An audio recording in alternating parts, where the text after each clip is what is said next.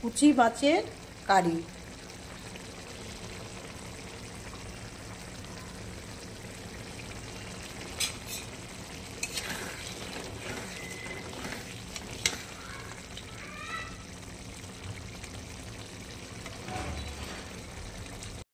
শুভ সকাল বন্ধুরা, নমস্কার।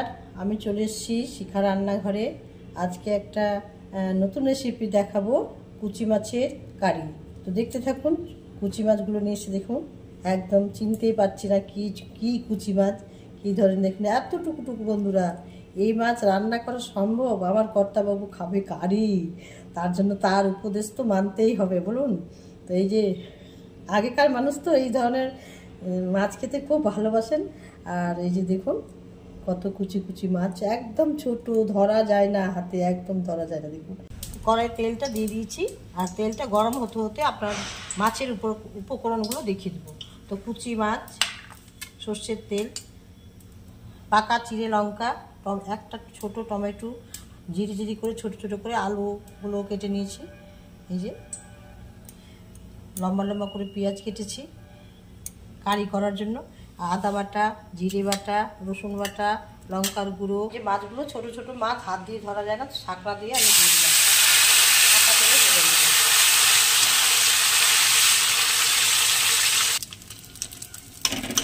মাছ ভাজাগুলো হয়ে গেছে, এবার আমি শাঁকা তেলে ভেজে নিলাম। এভাবে আপনারাও ভেজে নেবেন বন্ধুরা, বেশি করে তেল লাগলে। আর একটু আছে, পরে ভেজে নেব, আর একবার হবে। তো ছাকা তেলে আলুগুলো ভেজে দিলাম। আলুগুলোকে লাল করে ভেজে নিচ্ছি ছাকা তেলে।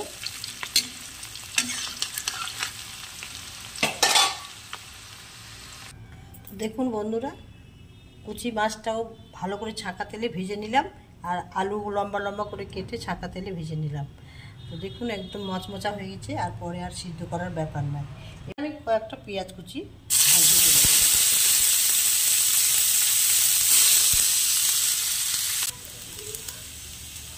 পেঁয়াজটা লাল হয়ে গেছে, আর কয়েকটা চেরা পাকা লঙ্কাও দিয়ে দিলাম। এবারে আমি মশলাগুলো দিয়ে দিব। পেঁয়াজ বাটা, আদা বাটা, জিরে বাটা, লঙ্কার গুঁড়ো, রসুন বাটা, এবারে ভালো করে ভেজে নেব।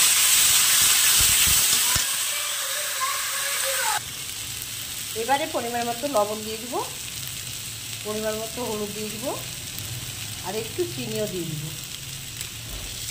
এবার আমি ভাজা হয়ে গেছে, এবার জল দিয়ে দিব।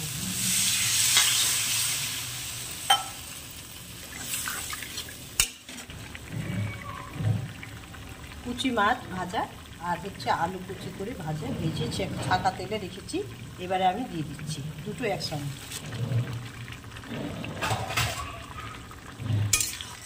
টমেটো কুচি করে রেখেছি, কেটে দিয়ে দিলাম, দিয়ে দিব। মশলা দিয়ে দিব। আর এইভাবে আপনারাও খাবেন, সুস্থ থাকুন, ভালো থাকুন, কাকিমার পাশে থাকুন। আপনারা না থাকলে এগাতে পারবো না বন্ধুরা। ভিডিওটা আমি এখানেই শেষ করছি, আবার আগামী ভিডিওতে দেখা হবে। আপনারা সকলে ভালো থাকুন, সুস্থ থাকুন।